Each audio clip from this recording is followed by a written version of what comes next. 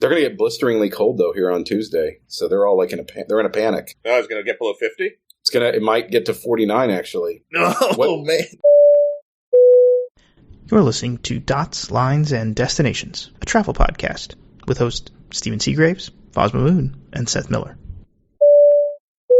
Hello and welcome to episode 320 of Dots, Lines, and Destinations. I'm Stephen Seagraves, joined today by Seth Miller, Fosma Moon, and special guest Chris Sloan, airline journalist of archive.net. Welcome, Chris. Thank you. It's nice to be special. You are special. You get the full intro. We don't tell people where to find Seth and Foz. I got to say, speaking of where to find, if we look at where we all are right now, I think this might be the most geographically disparate recording we've ever done. Are we covering the four corners? Yeah, that's what I was going to say. We're at the four corners, right? Chris is Steven's got the Pacific Northwest. Yeah. Foz has got Southern California. I'm New England, and we got Chris out in the Keys. Got it covered, man. At least in the continental U.S. I'm trying to see by Foz's map where that in Southern California is. Is that San Diego? It is San Diego. Okay. So you're really in Tijuana. No, I'm north of downtown. Okay. South of downtown's where all the action is. Exactly. And Chris, we wanted to have you on the show because you recently partook in a kind of historic flight, I would say. And we wanted to talk about that a little bit. The MAX, the 737 MAX, is back, right? It is. That was the first time that there had ever been passengers from the general public on that aircraft since March 13th, 2019. So the Mad Max is back, and commercial service for paying passengers will begin at now. GOL has moved up the date, I think, to December 10th, and then American on December 29th. So let's talk a little bit of details. You were, as a member of the press, invited to this flight on American, correct? Yes, I was. There was, believe it or not, they had 140 members of the press showed up, and it was interesting because as far as any aviation events that I've covered in my years, I can't remember a flight itself, actually being on a flight that was this many press members. Of course, there wasn't anybody who wasn't press, but there wasn't a lot of the kind of the blogging community on there. I thought it was interesting. It stayed away. There wasn't, but it was generally a mainstream news type of event and story as we went through the Max Charm School. Do you think that was kind of intentional, like to keep maybe it focused on the mainstream press? I say mainstream, but just, the normal press rather than bloggers, simply because they're trying to Boeing and American is trying to get people's buy-in to feel safe on the Max? I do know that a number of bloggers were invited. I think there's reticence on the fact that often American pays for to fly people in. I mean, you have to disclose that. But in this case, from everybody I talked to who didn't make it, is that American, many cases wasn't paying for people to come to Dallas and then fly to Tulsa and back. And I still think there's obviously the little COVID thing out there that is in the back of everybody's head. So that was my impression. I mean, there's 3 or 4 that I knew there, but I was surprised. It wasn't like, wow, we're going to have a reunion of all these folks we haven't seen in a while. And by the way, it's still pretty somber subject matter. It's not like, hey, let's party. We're all back together because of the Max. Yeah. I mean, right? It's got to be a little weird to have a pseudo-inaugural flight without cupcakes. Well, we did. We did have biscottis in the bistro bags. Okay. It's actually kind of bizarre that they chose to serve snack for the 45-minute flight. Well, and in all cabins. I mean, that's the best main cabin service I've had in American domestically in a long time. So. And the Admirals Club was not basically at the hangar we had a full on meal of grab and go box bags too, sitting under a few GE Leap engines, which was nice. Yeah, and so the flight was simply between DFW and Tulsa. Did they take you back to Dallas, or did you have to make arrangements out of Tulsa? No, it was a round trip. I mean, it was I'm from Tulsa, and so for me it was it was kind of surreal being back in my hometown for all of 2 hours. But we took off from the charter pad at DFW, which is impossible to find if you're trying to use Apple Maps. And they had 2 aircraft there. And there's at that point on Wednesday there was 2 actually that had completed their certification and been through maintenance. All 24 are undergoing that process in Tulsa. They've all been brought back to Tulsa. Gotcha. And as I keep saying, I mean, yes, we were boarding through an RV. It looked like kind of a trailer park terminal, and up the stairs. And the flight itself, I mean, was about as normal and as mundane and as boring as you can imagine. And I think that was the whole point of it. Except, as I said, they were shilling the Advantage MasterCard multiple times throughout the flight, and. But it was, it was a very, they had the first class blocked off for some American leadership folks. But the night before is when Doug Parker and that contingent had flown that aircraft the first time, and a number of the leadership and some of the ALPA people and AFA people. So yeah, the plane was bought back. I thought it was interesting. There was two of them, and it seemed like there was, in case there was a problem, there was one standing by. So that's a smart choice, right? I mean, it is the MAX. Yeah, we've seen in other cases too where people have mechanicals and flights don't go, or they get severely delayed. I mean, it's happened in the past. So you could be stuck in a South Pacific island. Oh, was that a dig at Seth? We were all there. It's okay. Oh, you were all there. You were all on that trip? Yes. Oh, wow. I've heard about the sandwich. Don't travel with us. That's the rule. Yeah. Wow, four trembled at once. So the flight part was, you said, sort of bog normal. There was more to it, though, right? You had a little bit of a show and tell up in Tulsa. Yeah, I mean, that's why we were going. I mean, certainly I thought it was pretty profound that, we had the fleet captain of the 737 flying us, and he pointed out these guys are not hiding from what happened. They said things like, on the PA, you don't normally hear things like, safety is a chain, and when that chain is broken, terrible things happen, and we're doing our best to mend that.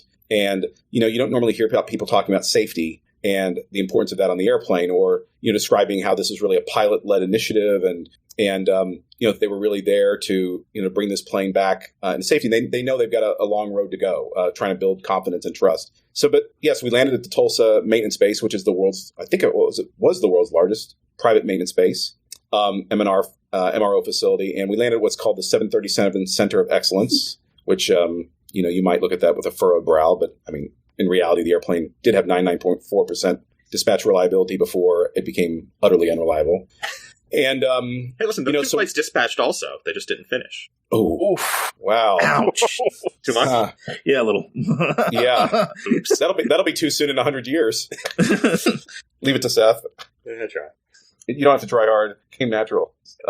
So yeah, we went to Tulsa at first. We heard from the head of the Tulsa base. We heard from David Seymour, who's COO. We heard from leaders of the Pilots Association, and they really kind of, let's face it, they're all speaking very much to script, but there was very much the story of how, they'd come to this place and, how critical the airplane is. They talked about, they've spent 66,000 human hours on storing the aircraft. They actually said, it gets more maintenance in storage than it ever did operationally, which makes sense. Every 10 days they would be idling the engines, powering systems up. And then, every once in a while I would do, I think it was every 20 or 30 days, would actually do high power run-ups.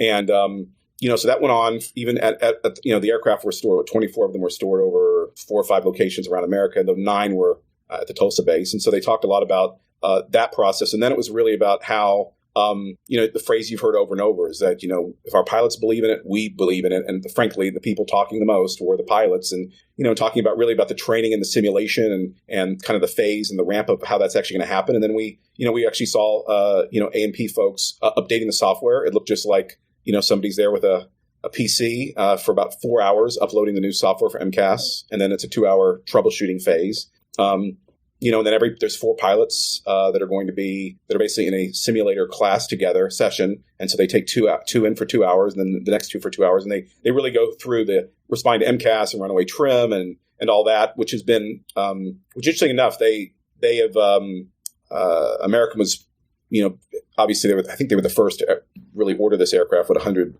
when they did the 100 landmark order. But they've been very, very involved in the actual setting the new training and simulation standards. So that was really interesting, them talking about kind of how the training, was set up. So yeah, we were just toured around from various press stops to kind of get our debriefing. There were 3 stops, and hearing why everybody felt confident in the MAX, and obviously the press. You'd hear the phrase, would you feel safe flying on this? And they would say things like, not only do I feel safe, but I've had my mother on it, and we've got 5 trips booked next month. So, there was a lot of, it wasn't like hey, let's pat ourselves on the back. Let's look how great we're doing. But there was acknowledgement that they really all believed in the plane. I wouldn't expect anything other, for them to say anything other than that. But, that was. What I find interesting, Chris, was, it seems like American is kind of making up for Boeing's mistakes. Like in some of their verbiage, right? Where, this is all about safety. To me, it's not on American, the issues of the plane. So was that kind of just a theme you think that's going to happen because Americans just trying to gain trust, in the traveling public? Or is it, do they feel like there's some responsibility because, like you said, they have such a large order of these planes? I mean, I asked them, why are you guys in such a hurry? Are you in a hurry? You're going to be first. I mean, clearly, they were going to be first in the world. Now they'll be second, but they'll certainly be the first in any kind of critical mass. And they said, it's not. They said the quote. I asked David Seymour. And he said, we're not going to build any trust or any confidence with anything we say. It's only going to build confidence when it starts flying. You can't build trust on the ground. And I didn't get the sense that they necessarily felt responsible. They weren't going to. They weren't really going to diss Boeing, at least in that particular. We know, obviously we know that some details of the compensation that were paid out. I think a substantial part of the American bonus for employees came out of compensation for the MAX in 2019. But I felt that they just feel like they're in this. What's that COVID phrase? We're all in this together. I think they feel totally in it together, and they're taking 8 more this year. They're deferring some orders, but they're not canceling anything, and they clearly view this plane is really important, and I think they do take a lot of pride in the fact that they're going to be the ones who are going to be I don't want to use the word guinea pigs, but they're the ones who are going to be first, and largely first. And though they realize also that if anything goes wrong, every little thing it'll attract a lot of scrutiny. But it's interesting. A lot of people have been criticizing them for even doing this event, and obviously you saw the evening after the event was over, the families. The families from the Ethiopian crash were very outspoken, saying this was a media stunt. And obviously they deserve to feel the way they do. Because it was some very emotional quotes that came from the law office. But I will say that it did not feel any bit to me like they were gloating. Like nobody was proud of this where they were. They were proud they'd come together as a team, speaking all the corporate speak, but I didn't get any sense that people were like chest thumping and how we're great because we're going to be the first back. They just we've got a business necessity to bring it back. Yeah. And indeed, they're going to start with 5 to 6 of them will be ready that first day of December 29th, where they have 1 week.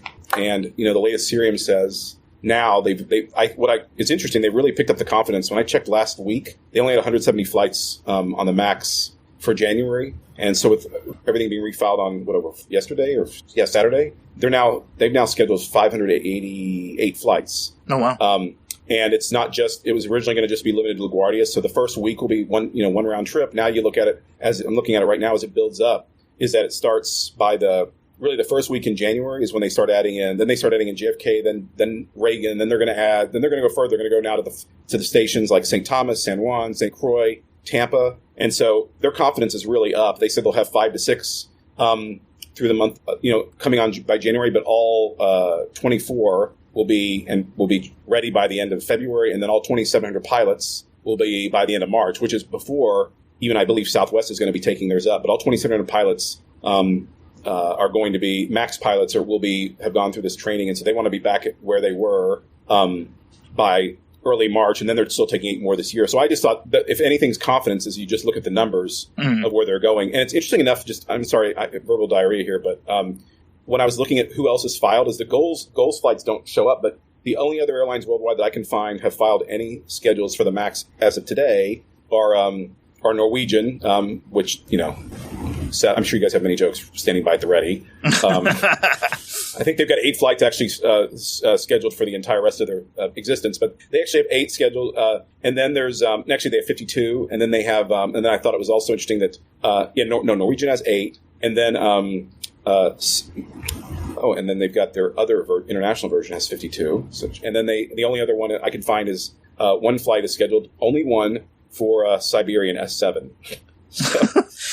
So they're confident, but of course none of these guys are certified to fly it, but maybe they're, yet. We'll see what EASA does. But worldwide I can only see, from Cerium, like 649 flights at the MAX scheduled for January, and the last month where it was operating fully for the month when you had the 387 flying, it was 25,000 flights. And now it's 649. 649 is, so it's quite a fascinating story, I think, and I probably need to be quiet now. No, I think it's great. It's a lot of information. I think I'm trying to kind of digest some of it. So when American does take delivery of these additional planes, do they still have to undergo the software fixes, or will those software fixes be done before delivery? Yeah, I think that's a great question. They said that the 8th they're going to take by the end of the year, which there's not a lot of that left, are going to need the fixes, the rewiring work, the software load. They said that takes it's about 6 to 8 days per plane make those fixes. And the 8 that are taking delivery, those were all completed and have been in storage. So they've never truly taken delivery of those. And those are all going to be bought directly to Tulsa and have the rework. And then as you know, there's been deferrals out of the 100, but they said, at least the next 8 that are built are going to need, going to need all that rework. But they're opting to do it themselves at the Tulsa base. That's interesting to me. I'm actually surprised they can. I would have thought, right, like United had the first plane that received certification by the FAA since the grounding was lifted, and it was Orlando or something. No, well, it hasn't been delivered yet. I don't even think. But okay. Like a new delivery from Boeing, a plane that was in storage, but to all the planes that were in storage, I guess weren't technically certified. Right, they don't have their airworthiness certificate from the FAA yet, and so. Right. I'm surprised that that American would be able to take delivery of one without these changes and do the work themselves rather than having it delivered that way. Well, I mean, they do have the FAA there on, because every airplane getting the rework on it as well is is requiring that. But I thought it was interesting that they, I think they want to move really quickly because they have the facilities to do so. Mm. And so. Yeah, it makes sense. It's because I thought United their rework was being done. I wasn't sure. I think it might have been. I think they have an M&E base in Orlando, and that's where their 9s are being done. I don't really know the status of Southwest, but yeah. And I know one thing I was going to say. No, go ahead. Oh, go ahead. No, go ahead. I was going to say, you had mentioned earlier that American and even United are going to be back in business in the U.S. before Southwest, and I think the main difference there is Southwest is insisting that all its pilots be complete training first. And because they have such a large 730, all their pilots are 737 pilots. They basically want anyone to be able to swap in. They don't want to have a subfleet for training reasons. I think that's totally right. It has to, for them to seamlessly put it back in the system, it has to, everybody's got to be type rated on this, which now it kind of is because everybody's going through the sim. I think Southwest, by the way, isn't it like I think the penalty, the one we did here was that every aircraft that now is going to require simulation time is going to be, that's $1 million penalty. Yeah, that was the running story. $1 million for if they have to do sim time. Wow. Tulsa, they're going to actually, is interesting. They're going for the MAX, they're going to be using, I think they've got one MAX, 2 simulators in Dallas. One is American owned and one is somebody else. Then they're going to use, I forget, there's one in, then there's one in, 1 or 2 in Miami, but I think they said there was a total of 4. Everybody's going to be run through those sims really fast. I certainly wish I owned a sim. I think that would be probably the best investment you could have. The best investment ever. 737 MAX. I think those are really tough to get into. So that they were going to, they've. I think they were the interesting. Also, the thing we tried to ask them, and nobody was really forthcoming. But is what is your market research dictated as far as how confident or unconfident people are? So, you saw the report from Southwest. I think Reuters wrote that 25% of their flyers surveyed were not comfortable in the MAX. And when I asked Southwest, they still basically say that that's not an accurate report. They said it was kind of something that people drew their own conclusions on from an analyst call, or earnings call. But the American people didn't say that, they didn't say that they'd actually conducted research. What they did say is they're going to have these 5 flights to nowhere for employees only, which they've already started from Miami, LaGuardia, and Dallas. And then they're doing these for, the high HVC customers, the elites. They are doing kind of workshops at the various bases where the plane's going to be, which right now is LaGuardia, JFK, and Miami, and Dallas, just because of all the, and even though the plane doesn't really fly to Dallas typically, and they're going to do workshops there for the next month or so, where they're going to put a dog and pony show on, essentially for crew, but also for employees.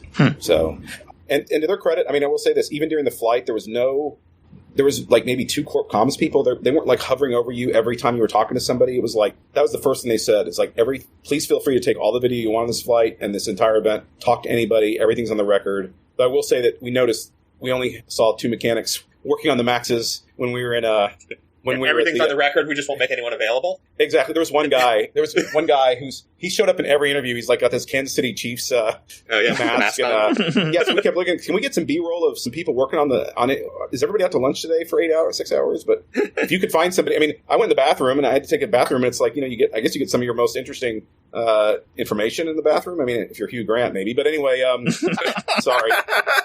But no, that's wrong. But anyway, people would, they would kind of tell you what was going on. I thought they gave us a lot of freedom to talk with talk with the staff. It was interesting. Go ahead, Seth. I was going to say, just looking at schedules, it looks like Air Canada and WestJet have MAX published into February, but we're still waiting for... Oh, they do? It's in the schedule, but we're still unconfirmed that it's actually going to happen because we're still waiting for Canada's Transport Canada to lift the grounding, right? Same with EASA, only Brazil. Were you seeing it? Starting February 5th. I'm just curious. looking at an OAG dump, but Air Canada's got Toronto-Montreal on the 3rd of February, 2 days a week. Let me look at February. That's a good point. And what did you say was the other one? WestJet, similar. Oh, yeah, you're right. Now I'm looking at February. Yeah, United has 198 for February. WestJet has 912. Air Canada's, wow. Yeah, but that's 2,350 that they're filing. Who knows if they'll really operate it? You say, right, we're still 3 months out from our 2 months before we even get to the beginning of that. So who the hell knows what will happen between now and then? Plenty of time for airlines to adjust filings. Yeah, I mean, what's the flight completion factor of even a normal plane? I mean, right now, like what? So, yeah. So, Chris, I want to ask, just kind of like personally, how do you feel about the MAX? I mean, if you hadn't gone on this press trip, how would you feel, and then how do you feel after it?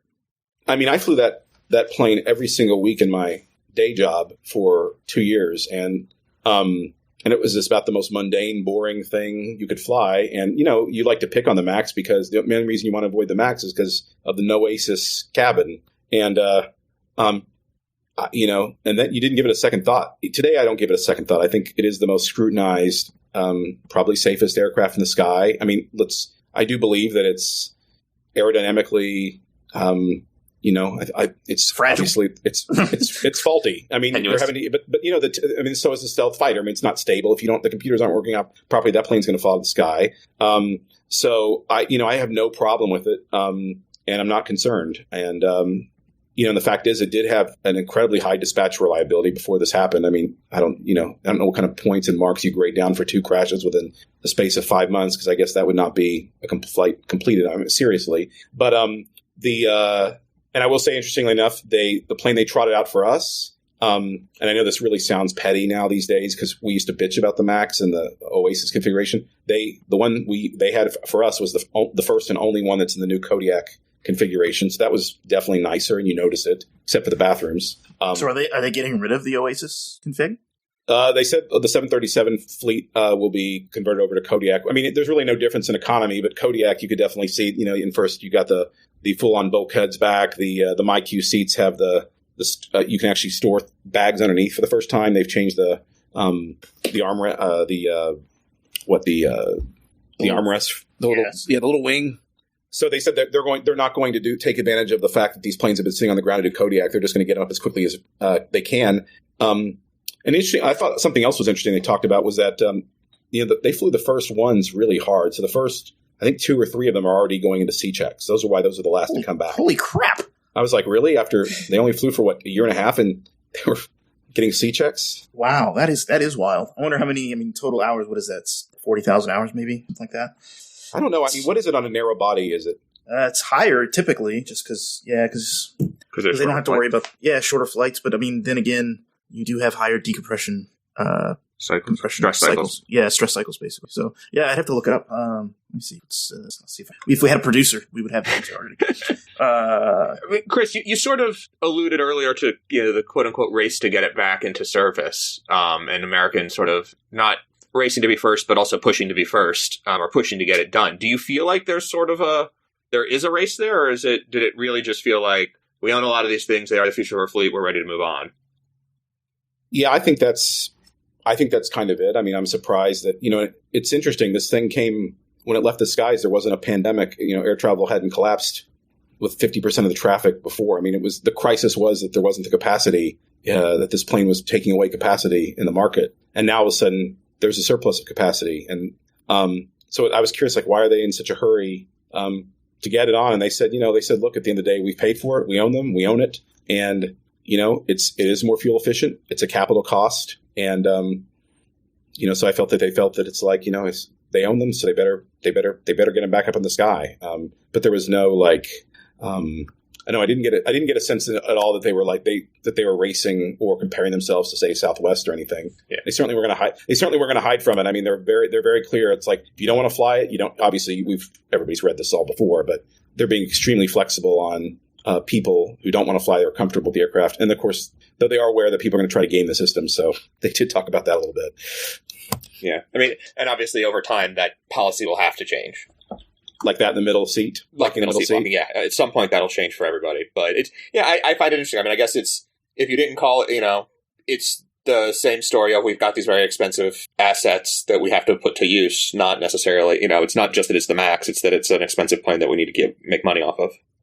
Yeah, I mean, I guess it's, if you just forked over what we can kind of guesstimate that they were around $60 million a piece. They're not doing a lot of good by being on the ground, and certainly the storage costs and the maintenance costs on these aircraft are, 60,000, if that's the number they kept throwing around, 60,000 man hours or human hours. So that left an impression on me, is like all the space they were paying for in Roswell and Victorville and where all these things are sitting and all the maintenance, and that it's just like they say planes don't make any money on the ground, but they certainly cost a lot of money on the ground.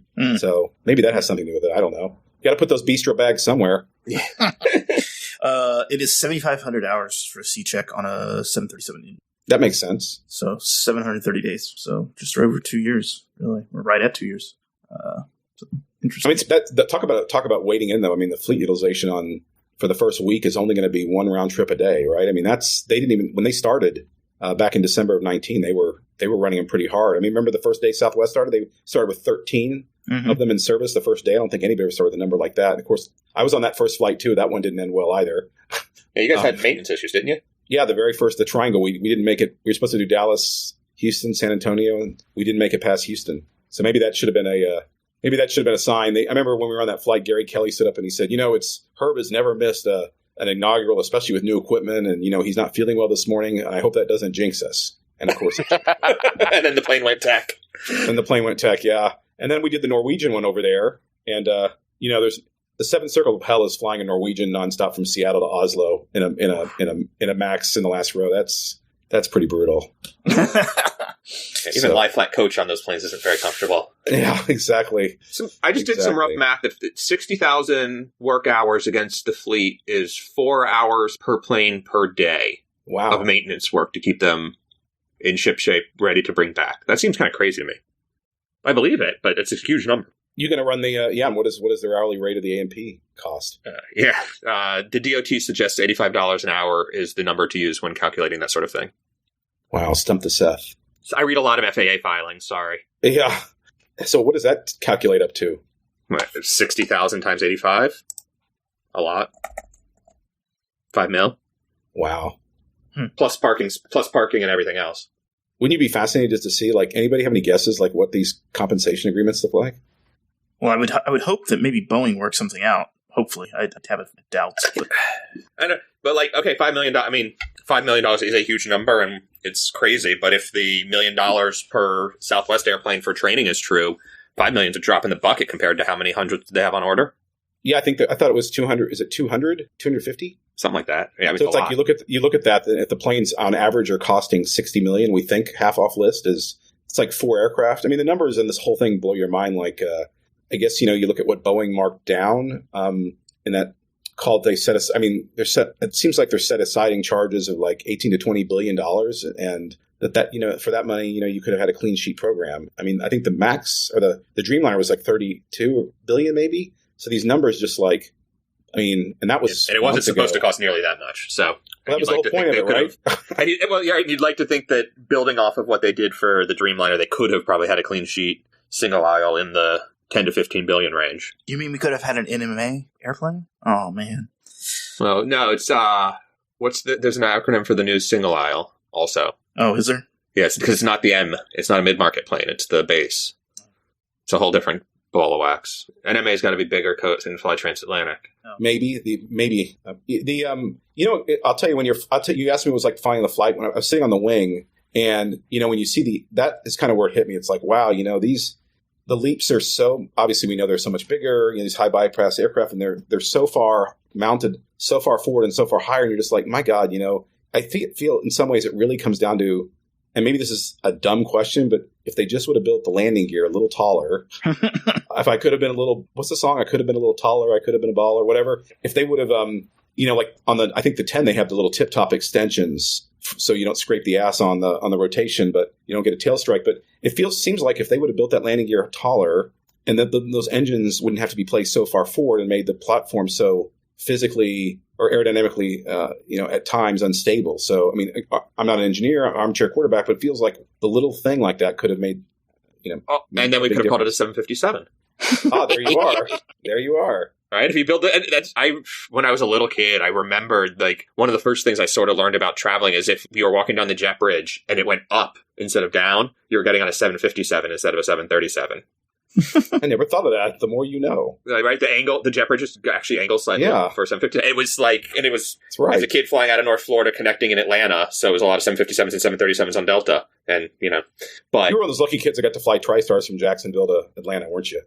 Yeah, I'm sure I did. I don't remember it.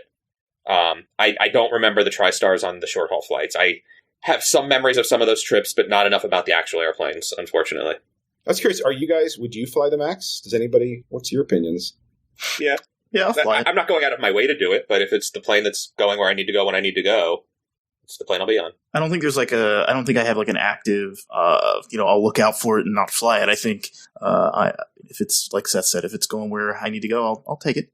Yeah. Do you think the traveling public what are their memories going to be like? I think there's still going to be some hesitation, honestly. Just, the only person I'm talking to right now is my wife, really, because that's the person I'm around. And I don't think she's super comfortable with it. I think she's just like, we need it. She wants to see it proven out, but she's the mathematician of the family. So she's like thinking, give me more hours in it and I'll feel better. Well, it's interesting. When I posted on Facebook that I was doing it, I got a surprising number of posts like, are you crazy? Or be safe, or do you have a death wish? I'm just like, from just regular people. And social media, obviously, you want a little noise, but I was really surprised that yes, this is not what the DC-10 was like 66 days.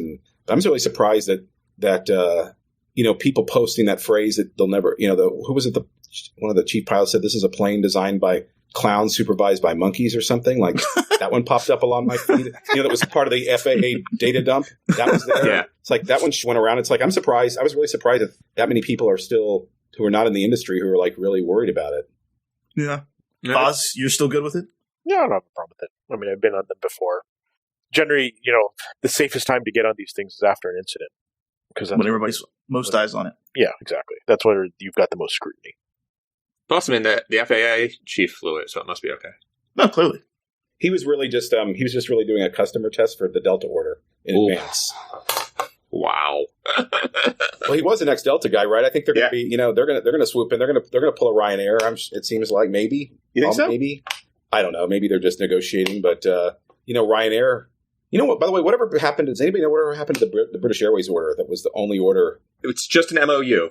Okay. It was never an order. It was just an MOU. The Ryanair one is interesting to me. And certainly British Airways right now doesn't actually need more planes. So they got a few years to figure that out. But Ryanair, 75 new planes added to the list, all taken before the end of 2024. So they're going to be a total of 210, I think, by then. And they still have 100 options. I think they get like an 80% ownership in Spirit Aerosystems off of that deal, don't they? I mean, that's the entire production rate for the plane coming back. It's close. I mean, that's the other thing. It'll be real interesting to see how Boeing, what production rate they really do ramp up to and how quickly they get there as they come out of the grounding here, right? I mean, they're supposed to get back to like rate 30-something or 40-something. Do you remember? I think 30th by the end of 2022. Yeah. 30th, 31. And where'd they get before it happened? Did they get to 52 or were they like at 47 right before it? I think they were like at 47, supposed to go to 52 and instead dropped to 42 and then shut it down. Something like that. Right. So, it's going to be a bit of a slow restart. And that's, so when you say, talk about 75 extra planes over 3 years, it's not quite the entire production run, but it's a lot of them. Well, I mean, the fact that it's going to take they still won't give the exact number. I mean, I asked Boeing right before and it's like, the fact they're going to have to clear 450 out of inventory that haven't been delivered, and that's going to take till the end of 2022. It's just like, again, your mind just boggles, like the cash flow, what that means, just how long that process is going to be. Again, I should have invested in opening a bunch of hotels up in Moses Lake, Washington. That would have been a good business. I feel like I really missed the opportunity there, but it just boggles the mind, like 450 and And even with all the cancellations, it looks like by I don't know, this thing's just like 2025, 26, they've pretty much eaten through the backlog, and then, calls in all sorts of questions like, is this the last airplanes ever going to be built at Renton? God, the whole thing's just fascinating. Yeah. I think we've talked the max. We've maxed out. We've maxed out the max. Yeah, it's a good turn of phrase. But I just want to thank you, Chris, for coming on the show. People can find you on Twitter at Archive, or go to archive.net to read thearchive.net. Thearchive.net. I have just to say, archive.net. I think is whoever holds the squatting on that site. I've seen like a site for puppies on that. It's all sorts of horrible things that are. Well, puppies aren't horrible. Yeah, it's offline right now, so I guess you're not really competing against them. But no puppies. No. Okay. No, it was really nice of you all and a lot of fun, and to have me, have me on the show. Yeah, and for our Patreon listeners, you can stick around, and we're going to talk about some drones shortly after this. You can follow us on Twitter at DotsLines, moredotmorelines.com. Thanks again, and till next time, happy travels. Maximum travel. Thank you. Max respect.